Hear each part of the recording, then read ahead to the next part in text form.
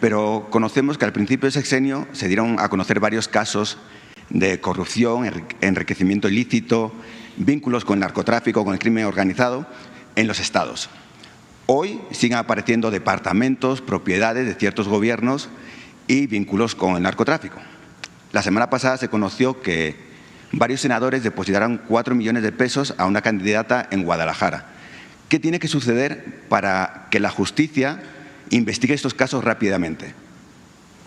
Bueno, hay que seguir con la transformación del país, hay que seguir limpiando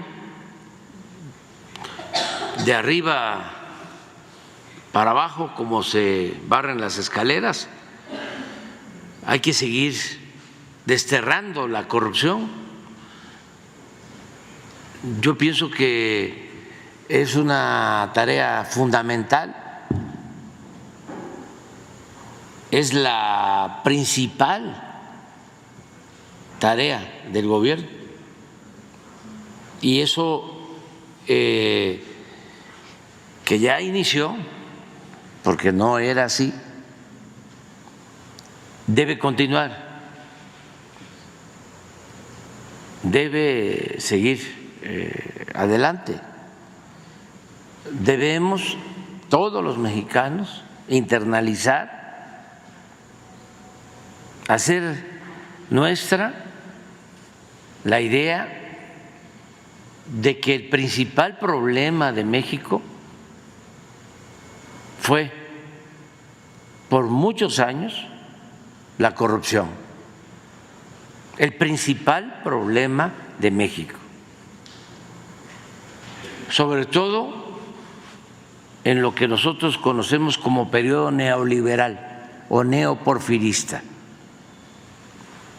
Para destacarlo, hablamos de 1983, desde el inicio del gobierno del finado Miguel de la Madrid, con Salinas, que es cuando se intensifica,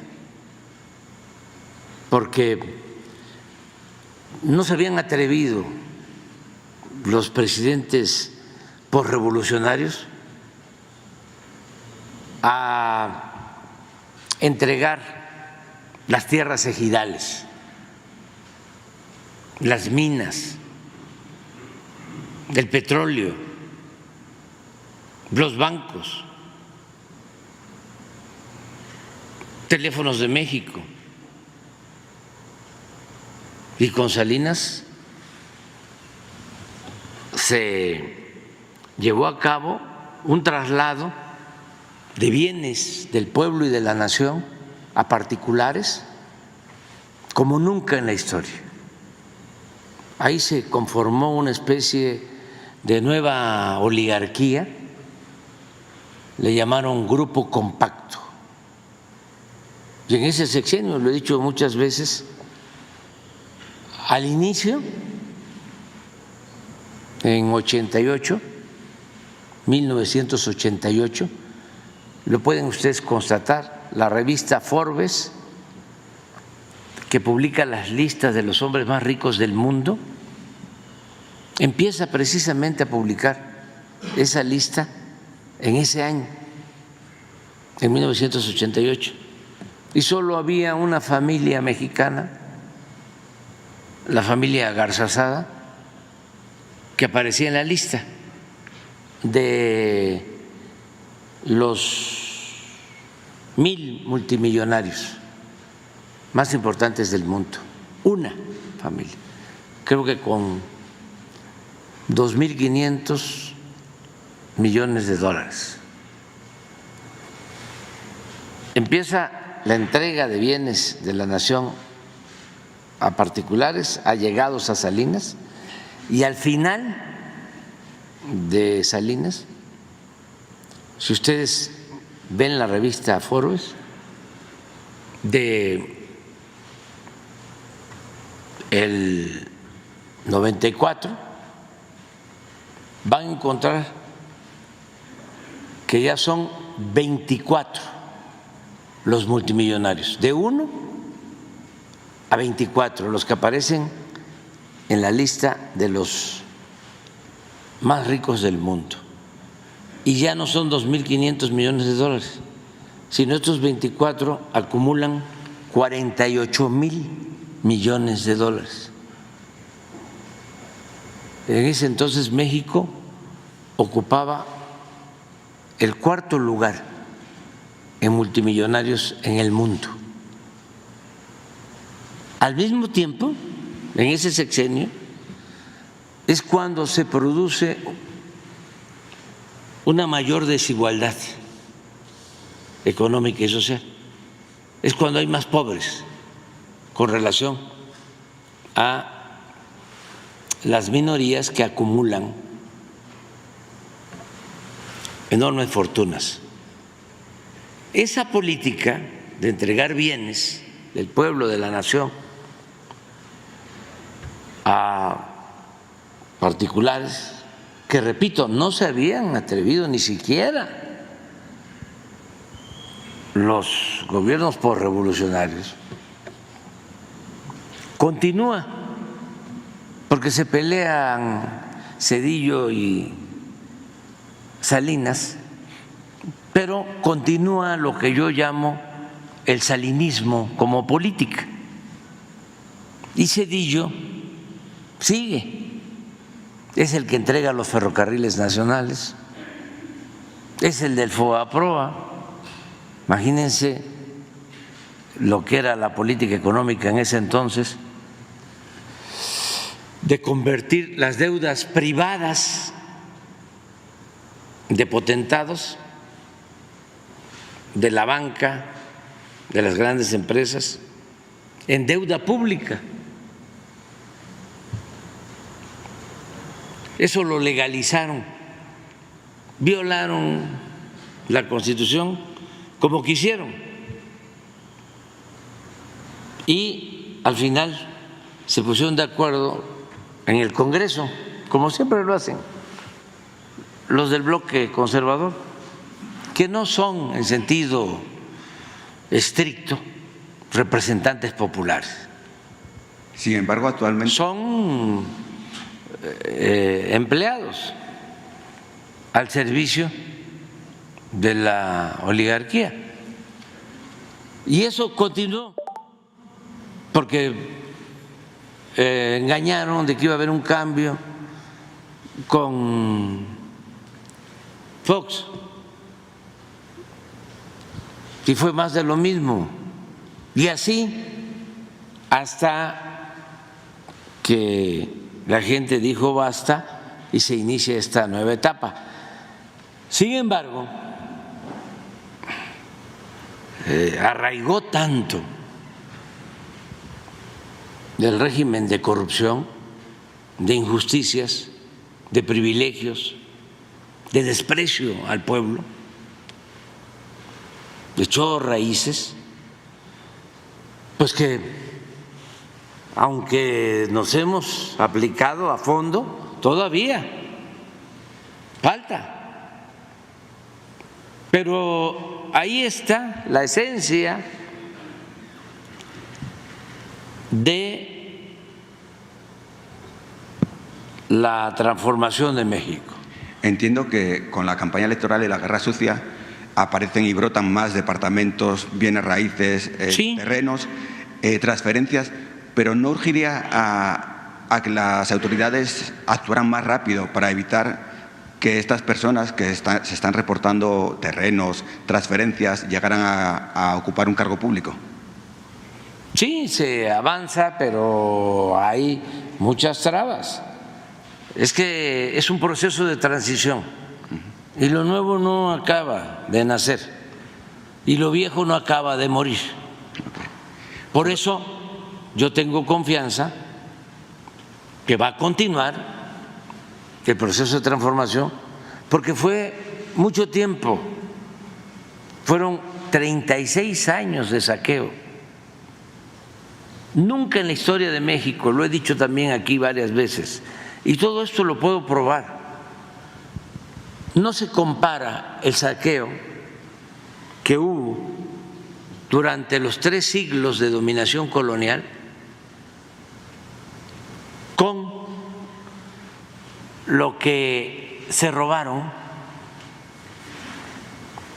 con lo que saquearon en 36 años de política neoliberal o neoporfirista. Entonces, imagínense el impacto que eso tuvo, porque no solo tiene que ver con lo económico, con lo social. Estuvieron insistiendo para que ese modelo se convirtiera en una forma de vida, que todos aceptáramos la corrupción. Llegaron a decir que la corrupción era parte de la cultura del pueblo de México. Y antes habían dicho de que la moral era un árbol que daba moras y que valía para pura tiznada. Por otro lado, y llegaron a decir que político pobre, pobre político. Y muchas cosas se veía normal que de repente un político que había estudiado en una escuela pública, que venía de un pueblo, de un municipio, de repente ocupaba un cargo, se volvió la política una empresa lucrativa y ese político de la noche a la mañana aparecía con residencias, con departamentos en el extranjero.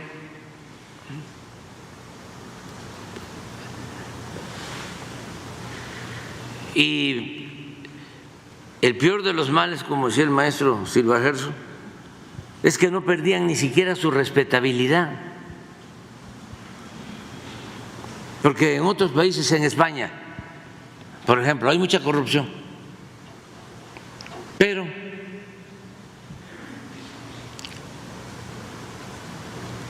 no hay tanta impunidad.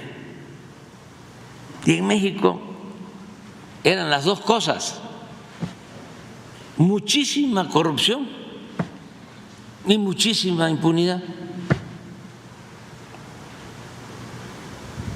Y claro, falta mucho, y hay que continuar avanzando en ese propósito, pero sí se ha limpiado bastante, porque también, si ustedes me preguntan cuál es la principal fuente de financiamiento del gobierno actual, ¿de dónde sacamos para apoyar a los adultos mayores y las becas y para apoyar a la mayoría del pueblo, como se está haciendo?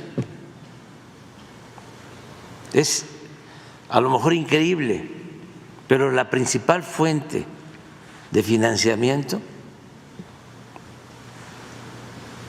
ha sido el no permitir la corrupción.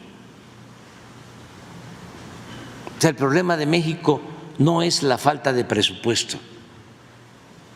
El problema de México era la corrupción que imperaba. Por otro lado, el tema, desde el 2021, que fue la crisis del gas, se creó Gas del Bienestar, pero a través de una solicitud de transparencia en Publimetro hemos publicado que solo tiene una cuota de mercado del 1% a nivel nacional. ¿Cuáles son los planes de desarrollo de Gas del Bienestar? ¿Del gas? Sí, de la empresa Gas del Bienestar. Es que tenemos muchas cosas, ¿no? O teníamos muchas cosas que enfrentar. Y en la estrategia, porque siempre hay que optar entre inconvenientes, hay que priorizar. Dijimos, a ver, de 1000 asuntos, ¿cuáles son los que tenemos que enfrentar primero? Porque si nos vamos sobre los 1000, a lo mejor no vamos a avanzar, nos vamos a empantanar. Y hay un dicho que es muy válido: el que mucho abarca, poco aprieta. Entonces dijimos, menos pero mejor. Okay. En vez de 1000, vamos a 100. Por otro lado, esta semana empiezan los comicios europeos